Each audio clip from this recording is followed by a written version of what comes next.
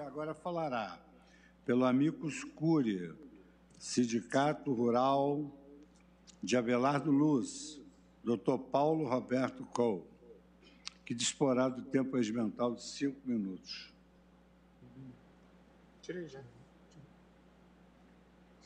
Obrigado, Excelência. Excelentíssimo senhor ministro Luiz Fux, presidente desse Supremo Tribunal Federal. Ministro Edson Fachin, relator desse recurso extraordinário. Senhores ministros, senhoras ministras, meus cumprimentos. Excelentíssimo senhor Procurador-Geral da República, doutor Augusto Aras, colegas advogados, advogadas, serventuários da Justiça, meus sinceros cumprimentos. Inicialmente, Excelência, gostaria de agradecer a essa corte pelo deferimento da participação deste Amicus Curiae e de todos os demais que estamos ouvindo no decorrer desses últimos dias. É reconhecida a importância desse julgamento e agradecemos a sensibilidade da Corte para ouvir e levar em consideração todos aqueles que vivem a norma condicional e, nessa condição, possam participar da interpretação dessa norma condicional. Faço uso da palavra, Excelência, para apontar duas questões. A primeira, uma questão fática. A entidade que eu represento é sediada no oeste de Santa Catarina. A realidade fundiária do nosso estado é composta, por sua maioria, de pequenas e médias propriedades rurais, cujos títulos remontam décadas e séculos. 78% da atividade agrária de Santa Catarina é baseada na agricultura familiar. Excelência, nos locais onde se pretende a demarcação de terras indígenas, comunidades rurais foram formadas, famílias constituídas de 3, 4 gerações de agricultores. Essas pessoas adquiriram as suas propriedades para trabalhar nelas. Não teve intenção de especulação imobiliária. Essas pessoas, Excelências, confiaram no Estado, nos atos de governo que foram praticados, e ao tempo desses negócios jurídicos, não havia presença indígena de fática ou jurídica nesses locais. E essas pessoas, Excelências, não cometeram qualquer ato de esbulho contra as populações indígenas. A depender do julgamento dessa causa, elas serão expulsas de suas terras com base em laudos administrativos, pois se sabe que terras de tradicional ocupação indígena não há previsão de indenização pela nua propriedade, ao contrário das terras reservadas que estão previstas no Estatuto do Índio. Excelência, essa boa-fé merece ser protegida. O segundo ponto, Excelência, ao passo que a Constituição autoriza a demarcação de territórios indígenas, essa mesma Constituição protege o direito à propriedade, o ato jurídico perfeito, a boa-fé e a proteção da confiança, a razoabilidade e a proporcionalidade fundadas no devido processo legal, a segurança jurídica e a estabilidade das decisões. Aliás, além disso, o cumprimento protege o cumprimento da função social da propriedade, princípio de direito agrário, protege as pequenas e médias propriedades rurais, a propriedade familiar, o trabalho e o trabalhador rural, a presunção de validade dos atos de governo praticado ao longo de décadas, e também obriga o Estado a fomentar e proteger a produção agropecuária do país, essencial para a segurança alimentar e a soberania nacional. Excelência, tais valores e princípios constitucionais, alguns de matiz fundamental, devem ser ponderados por essa Corte, a partir de uma interpretação unitária da Carta Constitucional. Entendemos que a denominada tese do marco temporal é constitucionalmente válida, posto que se trata de um critério objetivo adotado pela Constituição de 1988, a fim de garantir segurança jurídica para os casos de questões fundiárias, especificamente quanto às terras de tradicional ocupação. Essa Corte, Excelência, já adotou esse entendimento em outros casos, a exemplo do caso Raposa Serra do Sol, e outros já citados pelos nossos colegas. Então, não há nessa quadra histórica e atualmente motivos justificadores para superar esse entendimento já adotado. Portanto, Excelência, entendemos que o marco temporal é constitucionalmente válido. Além disso, se seguirmos o fio de Ariane da história, veremos que ao longo das décadas o Estado é que esteve ao final do labirinto, incentivando, legislando, financiando e avalizando a ocupação e o povoamento do território nacional, para fins de desenvolvimento social e econômico, e o particular confiou nesses atos de governo. Portanto, Excelência, durante todo esse tempo, atos de governo foram promovidos, gerando uma confiança legítima dessas pessoas. Diante do exposto, requer seja negado o provimento ao recurso extraordinário a fim de reconhecer a constitucionalidade da tese do marco temporal, bem como garantindo a participação de todos os atingidos nesses processos administrativos. Obrigado, Excelência e demais julgadores. Muito obrigado, doutor Paulo Coll, que falou pelo Sindicato Rural de Abelardo Luz. Falará agora pelo Amicus Curiae, Federação de Agricultura e Pecuária do Estado da Bahia, FAEB, o doutor Rodrigo de Oliveira Kaufmann. Excelentíssimas senhoras ministras e excelentíssimos senhores ministros do Supremo Tribunal Federal, a Federação da Agricultura e Pecuária do Estado da Bahia gostaria de destacar 5 pontos que considera fundamentais. O primeiro ponto: o marco temporal, da maneira como foi fixado pelo Supremo Tribunal Federal, não limita o direito possessório e usufruto das comunidades indígenas. Há uma profunda incompreensão em relação ao julgamento do Supremo Tribunal Federal do caso da Raposa Serra do Sol. Não se definiu ali critérios de relação da comunidade indígena com sua terra para fins de preservação das tradições e costumes. O marco temporal, na verdade, permite que o agricultor, que o produtor rural de boa-fé, que nunca invadiu, que nunca tomou sua terra à força, que adquiriu de maneira legítima, possa ser compensado no caso de uma destinação diferente dada pela política indigenista. Se essa destinação não vier por meio da demarcação de terra indígena, certamente poderá vir por meio da configuração de uma reserva indígena. E este instituto está na Constituição Federal 231, parágrafo 6º, está no Estatuto do Índio, artigo 26, e está também na Convenção 69 da OIT, artigo 16. Com a desapropriação que precede o processo de fixação da reserva indígena, o produtor rural tem mantido a sua dignidade e as condições financeiras de sustentar a sua família e refazer a sua atividade produtiva. O segundo ponto: em 2009, de fato, nós tínhamos uma situação de hiato legislativo que, em alguma medida, justificou a decisão do Supremo Tribunal Federal. Mas essa situação não se repete. O Congresso Nacional assume o protagonismo dos debates sobre esse tema, aliás, já assume há 12 anos, que convergiu no PL 490 de 2007 e que está hoje em estado avançado de tramitação no Congresso. Não se pode tratar esse assunto como se fosse uma carta em branco, na qual caiba variações interpretativas de tempos em tempos. Isso sim vai trazer caos e insegurança no campo. É preciso se respeitar e se prestigiar a posição do Poder Legislativo nesse assunto, que avança no tema e assume agora o seu papel institucional na questão. Terceiro ponto importante, diz respeito ao impacto jurídico dessa questão. Isso porque se fragilizaria 2, vamos dizer assim, insumos jurídicos da produção agrícola no Brasil: o direito de propriedade de um lado e a segurança jurídica do outro. O direito de propriedade é um dos sustentáculos do Estado Democrático de Direito e previsto expressamente no artigo 5º caput 22 e 26 e no artigo 172. Ou seja, o marco temporal é a própria garantia institucional da propriedade plasmado no regime constitucional de direito dos índios. Foi a forma como o Constituinte de 88 ponderou e mediou o conflito em direito de propriedade de um lado e o direito das comunidades indígenas do outro. O quarto ponto fundamental: tem-se uma projeção de impacto negativo do ponto de vista econômico e social em virtude do fim do marco temporal. Já se fala hoje de novas 607 terras indígenas no Brasil que perfazerão 117,2 milhões de hectares. Isso dá quase 28% do território nacional comprometido. A maioria desses pedidos, inclusive, estão concentrados em estados que hoje são recordistas da produção agrícola: Mato Grosso do Sul, a Bahia, Minas Gerais, São Paulo, Paraná, Santa Catarina e Rio Grande do Sul.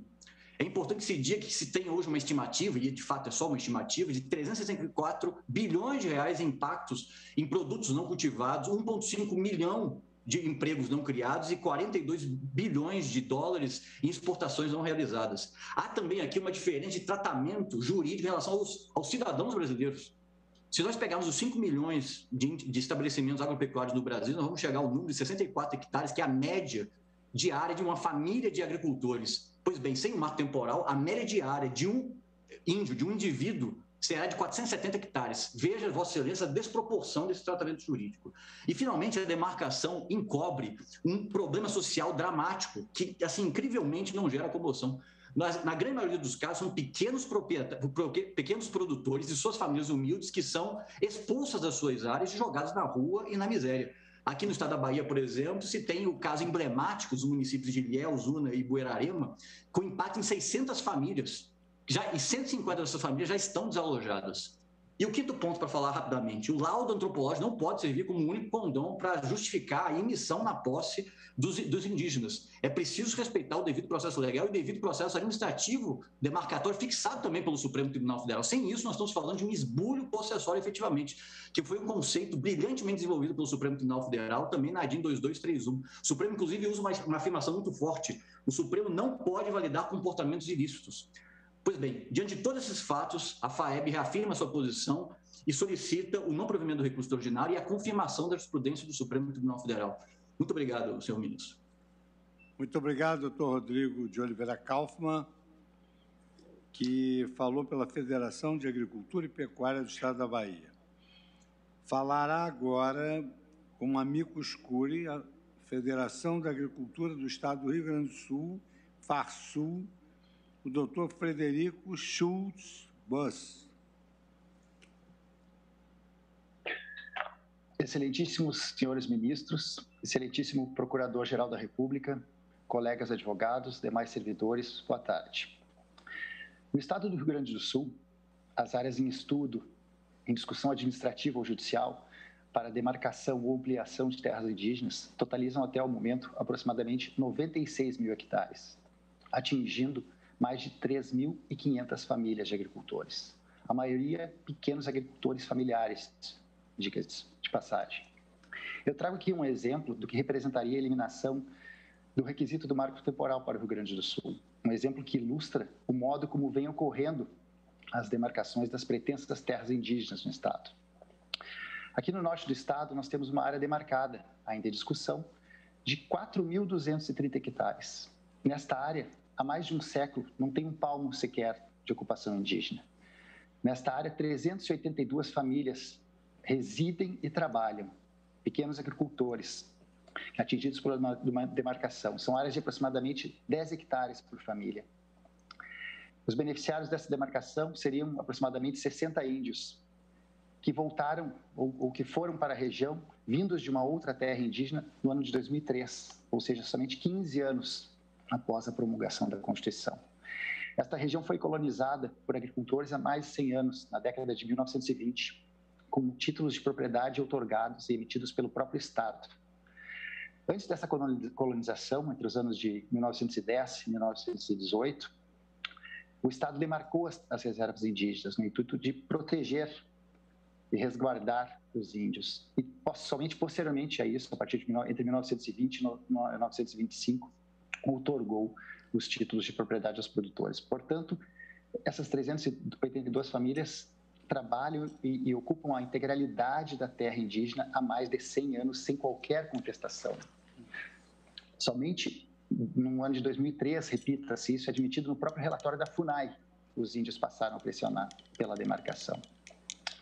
Desse modo, excelências, eventual revogação do requisito do marco temporal, que esperamos não ocorra, significaria a permanente insegurança jurídica para produtores rurais como estes, com títulos de propriedade legítimos, de boa-fé e ocupação centenária sobre seus imóveis.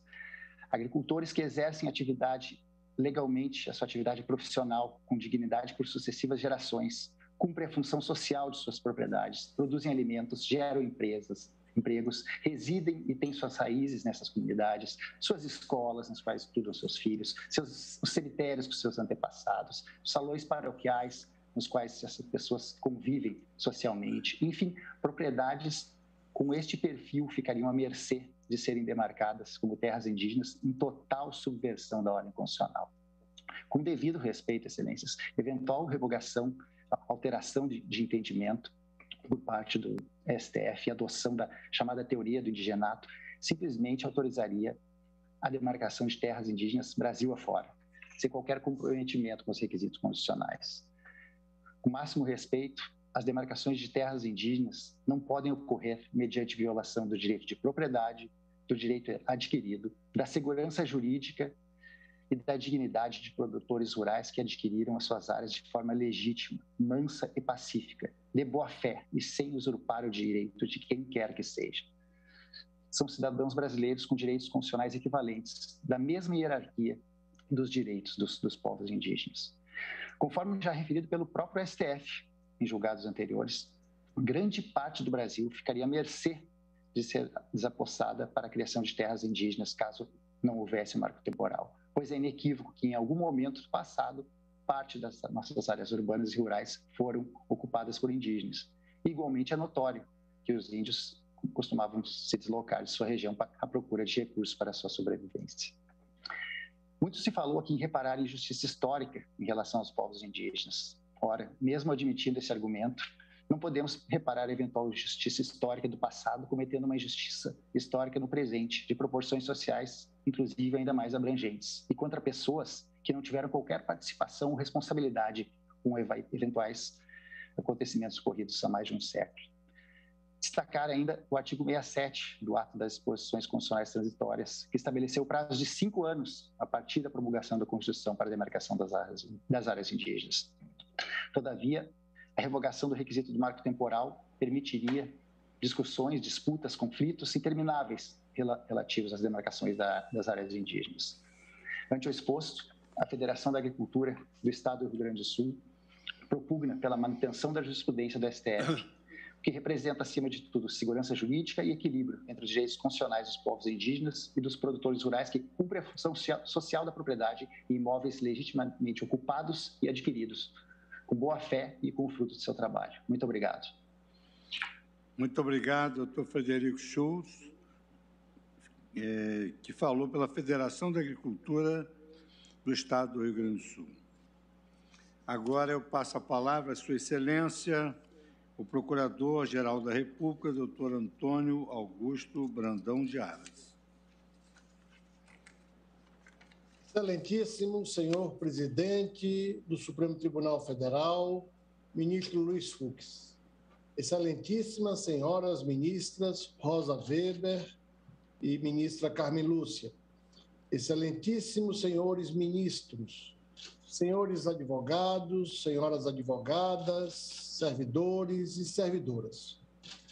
O recurso extraordinário em julgamento é o leading case do tema 1031 de repercussão geral, que leva à definição do Estatuto Jurídico Constitucional das relações de posse das áreas de tradicional ocupação indígena à luz das regras dispostas no artigo 231 do texto constitucional.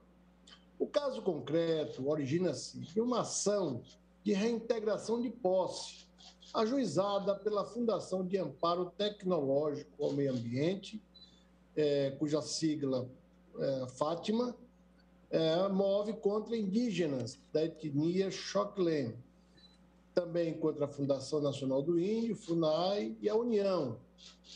No bojo desta peça, a Fátima alega ser legítima possuidora de área situada na Reserva Biológica de Sassafrás, estado de Santa Catarina, que foi administrativamente declarada como de tradicional ocupação indígena mediante a portaria do Ministério da Justiça.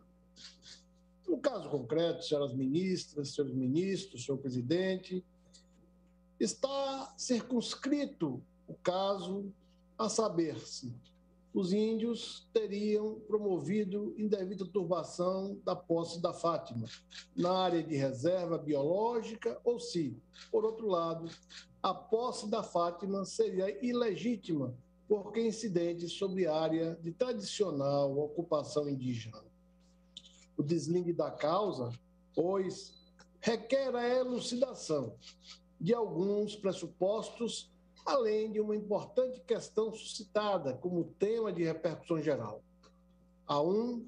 Porque convém definir-se se a proteção jurídico-constitucional das terras indígenas se inicia apenas a partir da demarcação da área ou, de outro modo, se antecede à conclusão do processo administrativo demarcatório. Porque o desfecho da causa exige ainda o exame de eventual adequação da tese do marco temporal. E porque cumpre data vênia, impulsionar na possibilidade de ocupação indígena em áreas de proteção ambiental, conciliando valores constitucionais aparentemente contrapostos. Vejamos, senhoras ministras, senhores ministros, um a um. Primeiro, a Assembleia Nacional Constituinte registrou a importância do reconhecimento de que os índios foram os primeiros ocupantes do Brasil.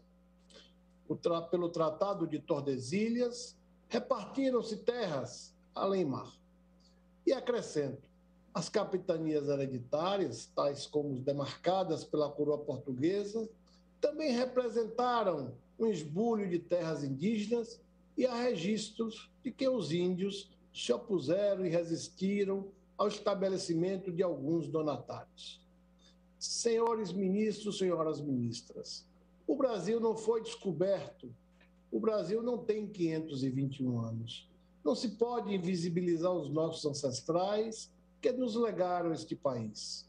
Como escreveu Darcy Ribeiro, os indígenas representam uma importante matriz étnica do povo brasileiro, assim como, acrescento, os europeus, afrodescendentes e asiáticos que hoje se encontram em todo o território nacional.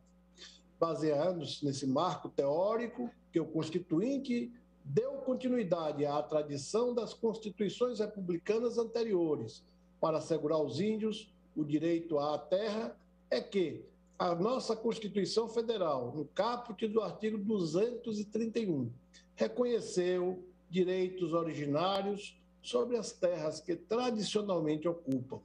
Adotou-se o Instituto do Indigenato, cuja origem radica-se nas ordenações portuguesas, pelo qual os índios seriam e são senhores naturais de suas terras e titulares da posse sobre elas.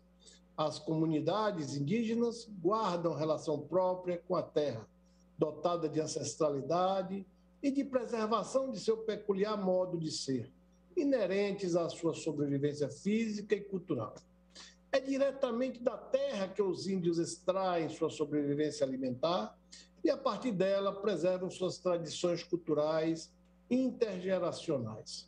A terra, para os índios, é sagrada e assume uma relevância identitária.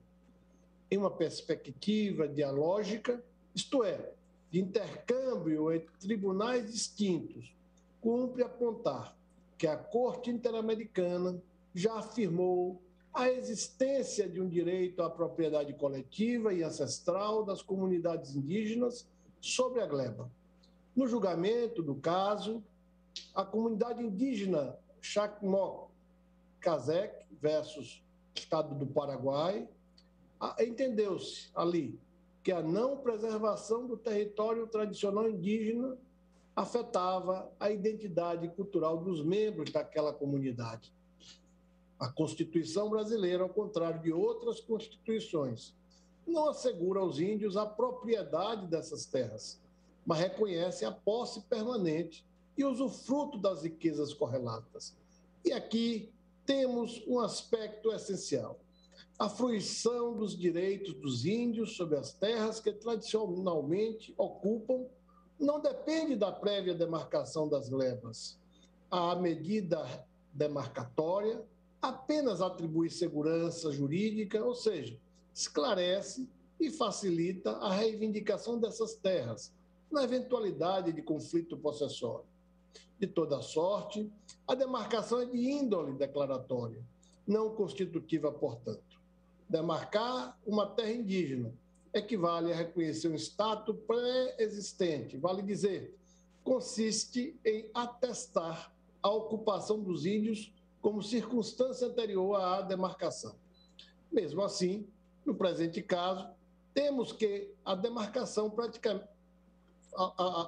uma demarcação praticamente perfectibilizada.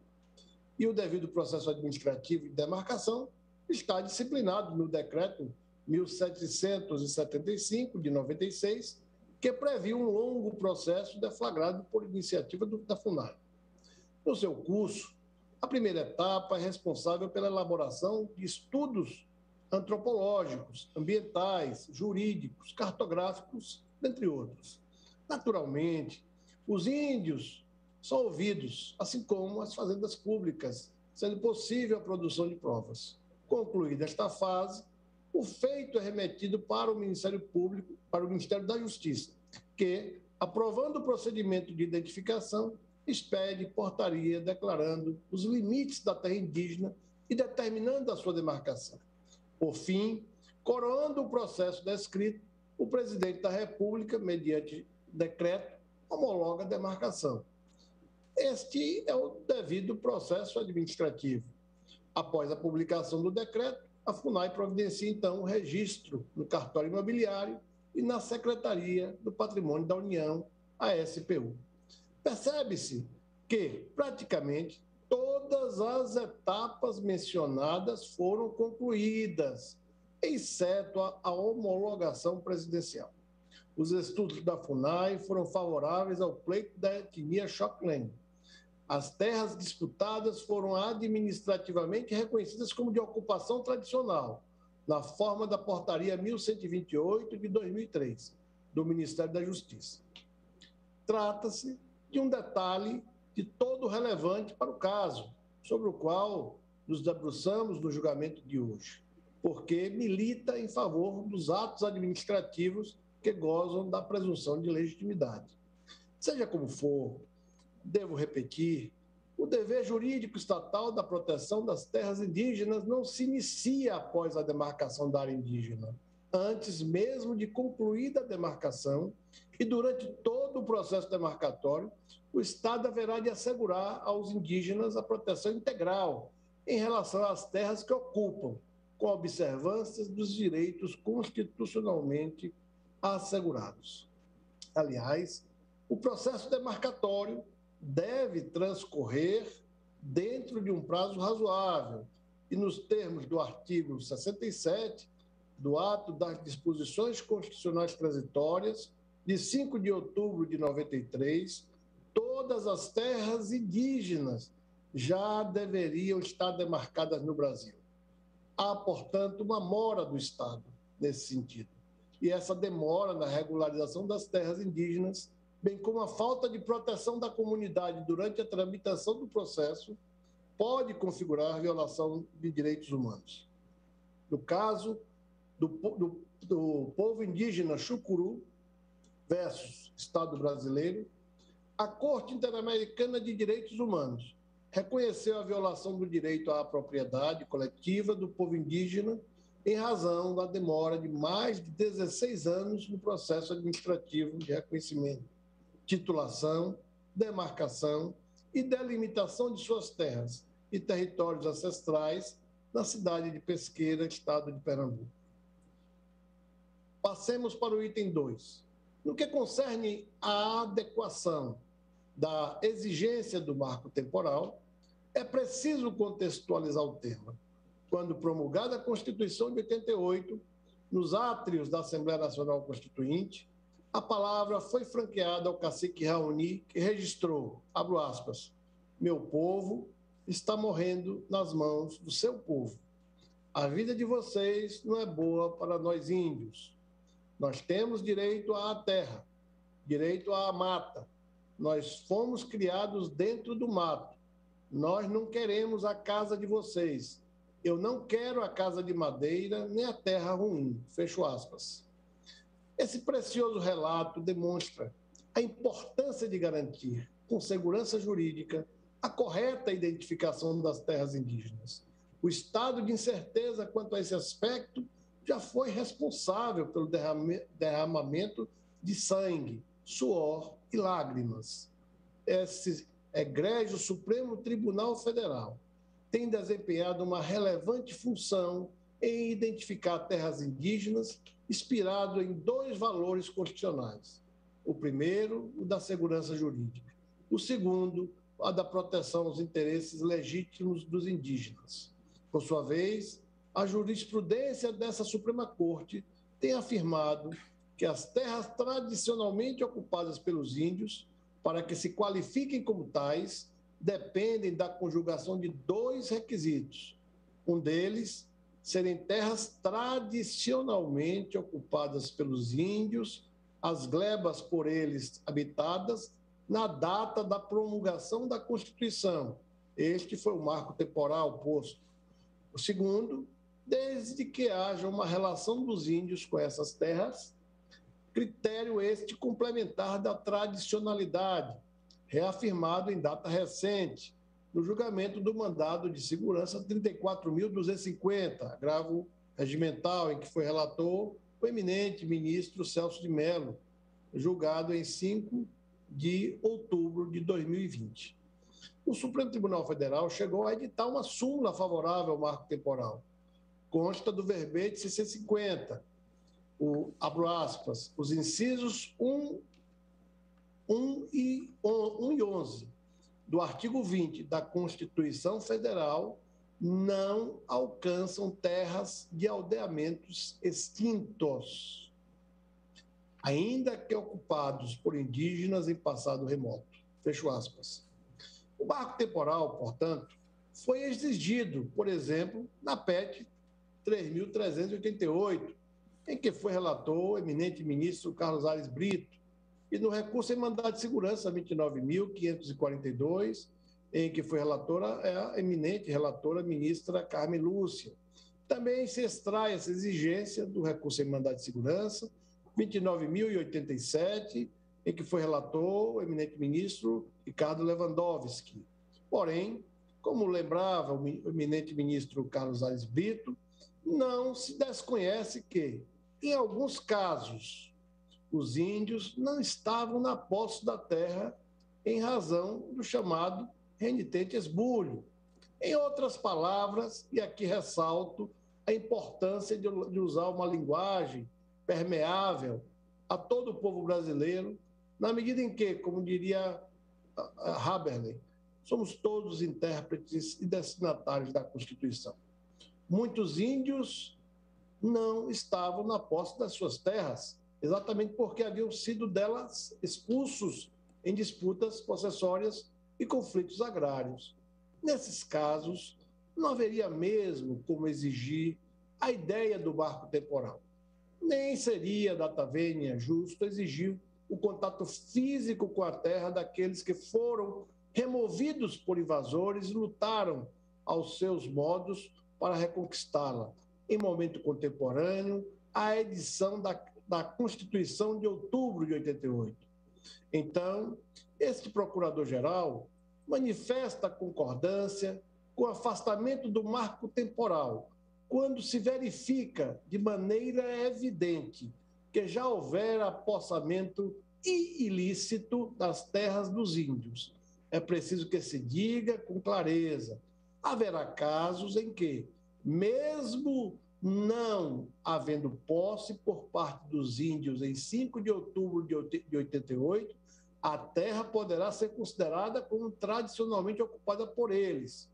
Em comunicado de imprensa divulgado recentemente, no dia 23 de agosto de 2021, a Comissão Interamericana de Direitos Humanos reafirmou que a aplicação da tese do marco temporal contradiz as normas internacionais e interamericanas de direitos humanos, em particular a Convenção Americana sobre Direitos Humanos e a Declaração Americana sobre o Direito dos Povos Indígenas, porque não leva em consideração os casos em que os povos indígenas foram deslocados à força de seus territórios, muitas vezes com violência, razão pela qual não estariam ocupando seus territórios em 88.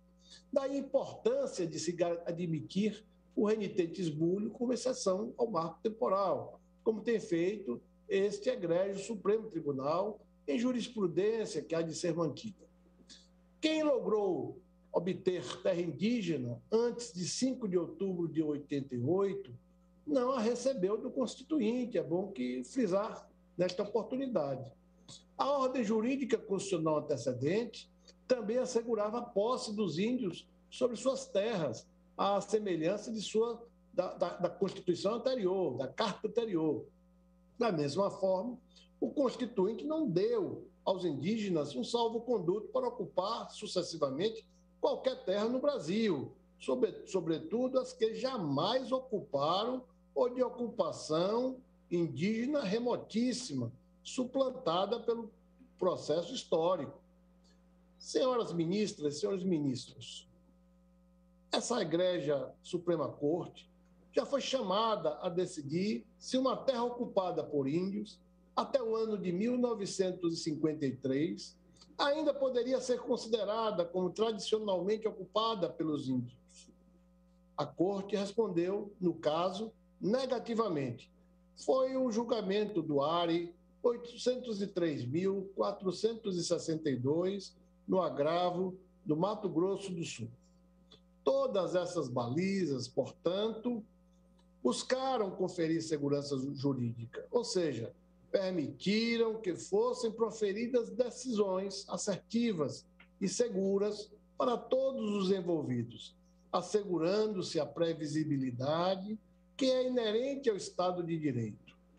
A eminente ministra e professora Carmen Lúcia Antunes Rocha, que coordenou uma das mais representativas obras acadêmicas a respeito do tema, intitulada Constituição e Segurança Jurídica, Estudos em homenagem a José Paulo Sepúlveda Pertence, doutrina, abro aspas, segurança jurídica é o direito da pessoa à estabilidade em suas relações jurídicas. Este direito articula-se com a garantia da tranquilidade jurídica que as pessoas querem ter, com a sua certeza de que as relações jurídicas não podem ser alteradas, numa imprevisibilidade que as deixe instáveis e inseguras quanto ao seu futuro, quanto ao seu presente e até mesmo quanto ao passado. Fecho aspas. A verificação da posse e de eventual ocorrência de esbulho há de ser considerada em cada caso concreto. Repito, entende esse modesto procurador-geral que em cada caso concreto há de ser verificada a ocorrência do esbulho. Somente à vista dos documentos, laudos antropológicos e demais elementos de prova, será possível afirmar de maneira segura se uma dada terra foi ocupada tradicionalmente pelos índios ou não. Por último, terceiro item que destaquei é que a proteção das áreas indígenas é compatível com a proteção ambiental, como, inclusive, já foi afirmado pelo Supremo Tribunal Federal no julgamento da PEC 3.388, o conhecido caso denominado Raposa Serra do Sol. A Corte destacou que há compatibilidade entre meio ambiente e terras indígenas, ainda que estas envolvam áreas de conservação e preservação ambiental. Efetivamente, a preservação do meio ambiente faz parte da tradição indígena, que guarda relação diferenciada com suas terras e recursos naturais. Há, portanto, convergência entre proteção indígena e proteção ambiental, motivo pelo qual a circunstância de a área disputada situar-se na reserva biológica de Sassafrás, no estado de Santa Catarina, não obstaculiza data vênia a ocupação tradicional da etnia Xoklen. Em face do exposto, o Procurador-Geral da República se manifesta pelo provimento do recurso extraordinário para que seja assegurada a posse da etnia Xoklen sobre a área objeto da disputa, propondo a fixação da seguinte tese de repercussão geral. O artigo 231 do texto constitucional impõe o dever estatal de proteção dos direitos das comunidades indígenas antes mesmo da conclusão do processo demarcatório, dada a sua natureza declaratória. Por motivos de segurança jurídica, a identificação e delimitação das terras tradicionalmente ocupadas pelos índios há de ser feita no caso concreto, com a regra do tempus regit actum, aplicando-se a cada caso a norma constitucional vigente ao seu tempo. Agradeço, senhor presidente, senhoras ministras, senhores ministros, senhores advogados, senhoras advogadas, senhoras servidoras, senhores servidores, pela oportunidade de manifestar sobre um tema tão relevante para os nossos brasileiros nativos, naturais e também para todos os brasileiros que produzem para que esse país seja o celeiro do mundo. Muito obrigado a todos e a todas. Muito obrigado, Sua Excelência, Procurador-Geral da República, por essa sua manifestação profícua em prol do julgamento. Visando evitar que haja um fracionamento do voto de Sua Excelência, o relator, ministro Edson Fachin, nós prosseguiremos no dia 8 de setembro com o julgamento, agora já colhendo os votos dos integrantes do plenário. Desejo a todos uma boa noite, agradeço aos colaboradores e declaro encerrada essa sessão.